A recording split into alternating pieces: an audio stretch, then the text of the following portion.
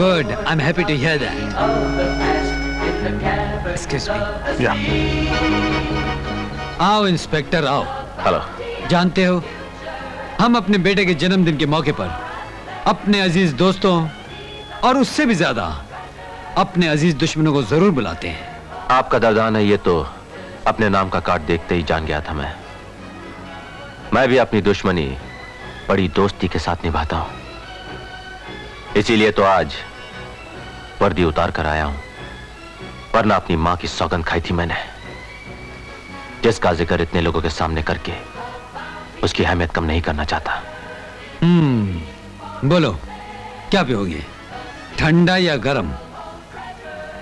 माहौल गर्म है इसीलिए कुछ ठंडा, वो भी आपके लिए, ताकि आप सब कुछ ठंडे दिमाग से सोचें और कानून की जकड़ मजबूत होने से पहले आप खुद अपने आप को कानून के हवाले कर दें। इंस्पेक्टर, हमें अपने बेटे के जन्मदिन के मौके पर अब शगुन सुनना पसंद नहीं है। मगर उस बेटे ने किस शगुन में जन्म लिया है देवा साहब, जिसका जन्मदिन तो मनाया जाता है पर वो खुद कभी नजर नहीं आता। दिल में बसने वालों की तलाशी नहीं ली जाती इंस्पेक्टर। मेरा बेटा तो अब भी मेरे पास है, मेरे दिल में बसता है, मेरी सांसों में जीता है। अजीब इत्तेफाक की बात है देवा साहब, जो आपके दिल में है उसका जश्न तो सारा शहर मना रहा है। एक बेटा और भी है जिसका जन्मदिन भी इत्तेफाक से आज ही की रोज है, पर उसकी मां अकेली घर पे उसका इंतजार कर रही होगी। कौन है वो खुशनसीब? बदनसीबी से वो आपके सामने ही खड़ा है। आज के दिन सिर्फ खुशनसीबी पैदा होते हैं। जाओ, सब कुछ भूलकर मां का आशीर्वाद लो। जंग में मां का आशीर्वाद ही ढाल बनकर काम आता है। ठीक कहते हैं आप।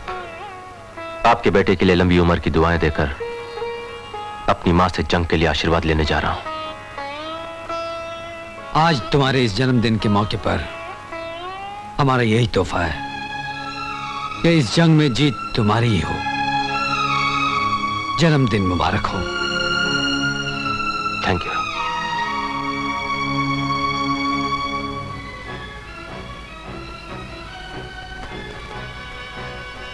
हर हफ्ते चलाता है इधर। अरे बाप की धर्मशाला समझ रखी है क्या? चल अंदर चल। अब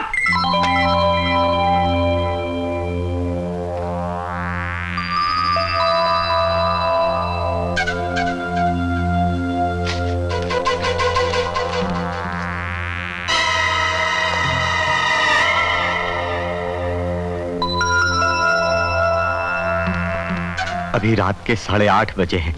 ठीक 12:30 बजे इस चैम्बर के दाहिनी ओर दीवार में एक धमाका होगा। तुम लोग दीवार के उस पार चले आना। वहां एक कार खड़ी होगी जिसका ड्राइवर तुम्हें मेरे पास पहुंचा देगा। ठीक 12:30 बजे। देवा।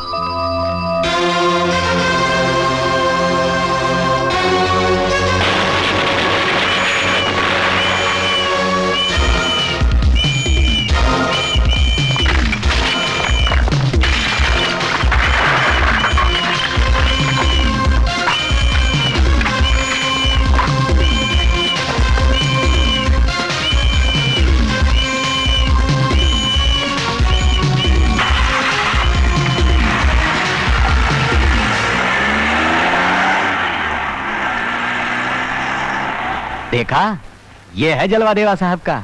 और वो कल का लौंडा हमारी जबान खुलवाना चाहता था, वो भी मुर्गे की बांग के साथ। अरे देवा साहब की तो परछाई छूने में भी उसे 7 जन्म लगेंगे। गाड़ी क्यों रोक दी?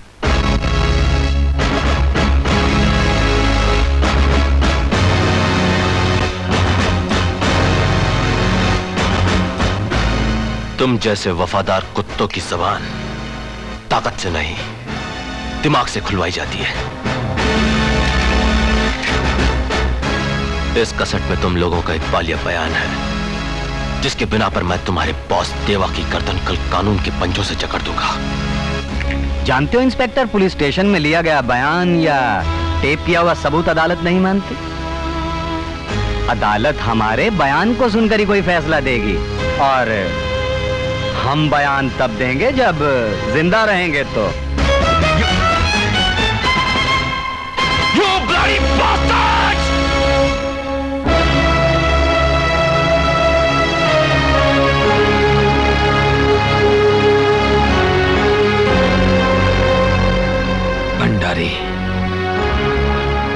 रघु और रॉजर की मौत का जिम्मेदार मैं हूं। उनके बीवी बच्चों को शक्ल दिखाने का हौसला मुझ में नहीं है। हाँ, आज से उनके परिवार की सारी जिम्मेदारी देवा के कंधों पर है। देवा साहब, आज रघु और रॉजर मारे गए, कल को मैं मारा जा सकता हूं, और परसों भगवान न करे आप पर भी तो आंच आ सकती है। जो गुनाह के राहगीरों, मौत उनकी हमरा होती है, मगर वो इंस्पेक्टर तो अपने फर्ज की जंग लड़ रहा है। ये आपकी गलतफहमी है देवा साहब। ये जंग फर्ज की नहीं बल्कि अपने स्वार्थ की है। तुम कहना क्या चाहते हो? यही कि हमारी जान का दुश्मन इंस्पेक्टर सूर्य प्रताप नहीं बल्कि शेषनाग का होने वाला दामाद है। क्या? जी, शेषनाग की भतीजी की शादी इंस्पेक्टर सूर्य प्रताप से हो रही है और इसीलिए वो आपका दुश्मन बन गया। अगर ये सच है भंडारी, तो सूर्य प्रताप कल का सूरज आखिरी बार देखेगा। लेकिन मैं उस पुलिस ऑफिसर को नहीं, उस इंसान को खत्म करना चाहता हूं जो पुलिस की वर्दी के नाम पर कलंक है। पता लगाओ कि वो वर्दी के बिना कब होता है। रोज सुबह जब वो मंदिर जाता है। सूर्य प्रताप, तुझे तो मैं अपने हाथों से खत्म करूंगा।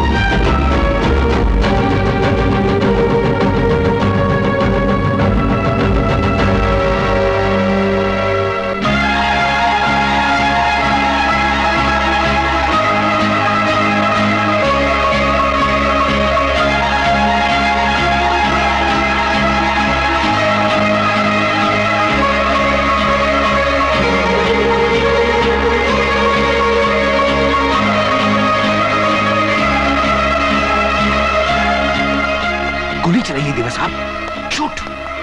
वो निकल जाएगा। Shoot sir, shoot. ना भंडारी, एक मां के सामने उसके बेटे को खत्म करके उसे बेसहारा बना दो। नहीं, ये पाप मुझसे नहीं होगा। सर, आप तो गीता में विश्वास रखते हैं, और फिर कृष्ण ने गीता में कहा है कि युद्ध के मैदान में कोई किसी का बेटा, भाई, पिता या रिश्तेदार नहीं होता। ठीक कहते हो भंडारी, वो गीता किशन की है, लेकिन ये गीता मेरी है। यानी कि भाभी? हाँ भंडारी, चलो।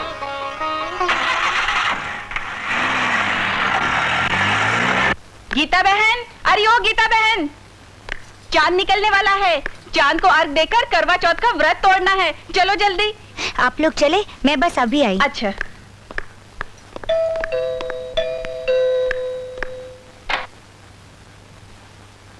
नमस्ते। नमस्ते।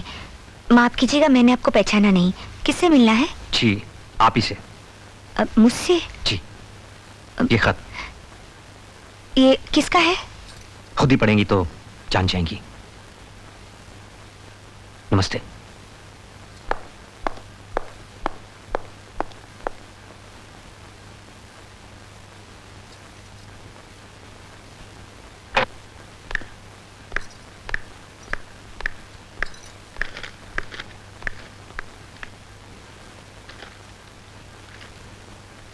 गीता गीता गीता गीता गीता गीता गीता गीता गीता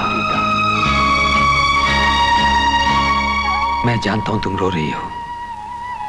मेरी तो बड़ी छोटी सी कहानी है गीता, जो मेरी जिंदगी से शुरू होती है और तुम्हारी जिंदगी पर आकर खत्म हो जाती है।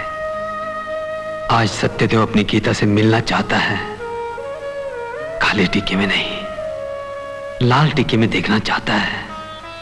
विश्वास करो, जब तक सत्यदेव जिंदा है, ये विश्वास का लाल टीका तुम्हारे माथे पर हमेशा चमकता रहेगा। बोलो, लाल टीका लगाओगी ना? हनुमान जी के बड़े मंदिर पर तुम्हारी राह देखूंगा। अपने सुहाग से सुहागन बनकर मिलने आना।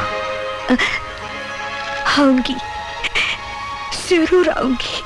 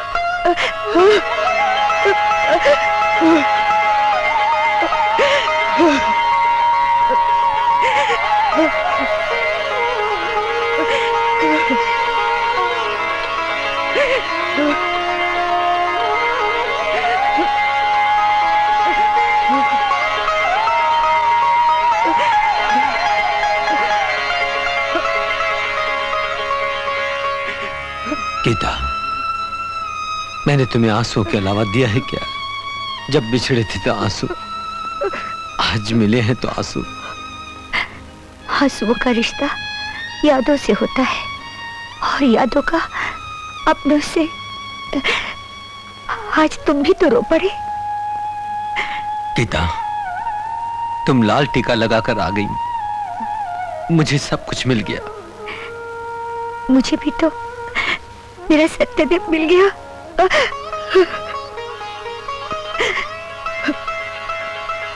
मैं वचन देता हूं गीता, अब सत्यदेव इस माथे पर कभी कलंक का टीका नहीं लगने देगा, कभी नहीं।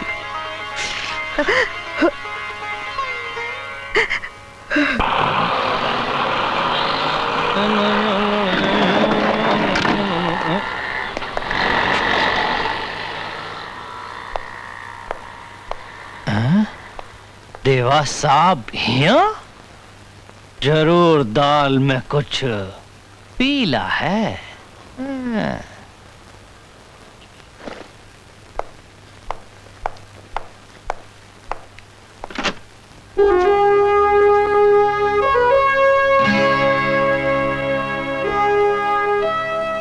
देखो साहब, सत्या कभी झूठ नहीं बोलता। ये सच है कि मैंने आपका माल लूटा है, अपने भाई से कहकर आपका माल पकड़वाया भी है, लेकिन संस्कारी परिवार के बच्चे होकर पिता समान आदमी को अंदर आने के लिए भी नहीं कहोगे? जो खुद बेघर हो वो दूसरे को घर में क्या बुलाएगा। खैर, आइए।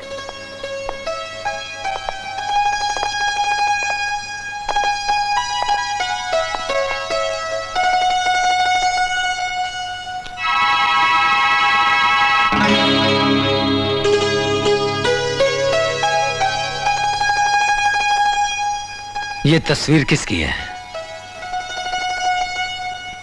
मेरी माँ की।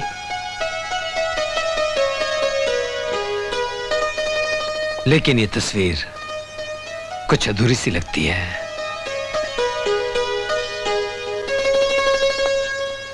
इसी अधूरेपन में तो मेरी मां का सुहाग छुपा हुआ है, और इस अधूरेपन को पूरा करने के लिए सत्या अपनी जान भी दे सकता है। ये तुम्हारा वादा है? ये मेरा वचन है।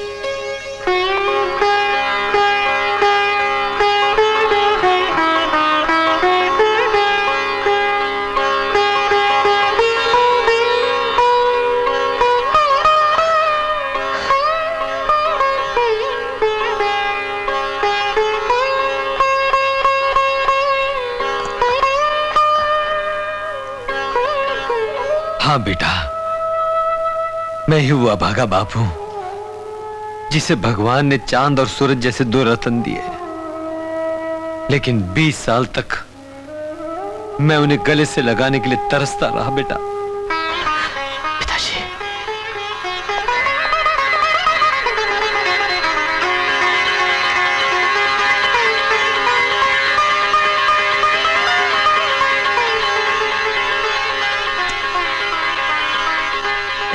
चल बेटा, मुझसे भी दादा, तेरी मां को तेरा इंतजार है।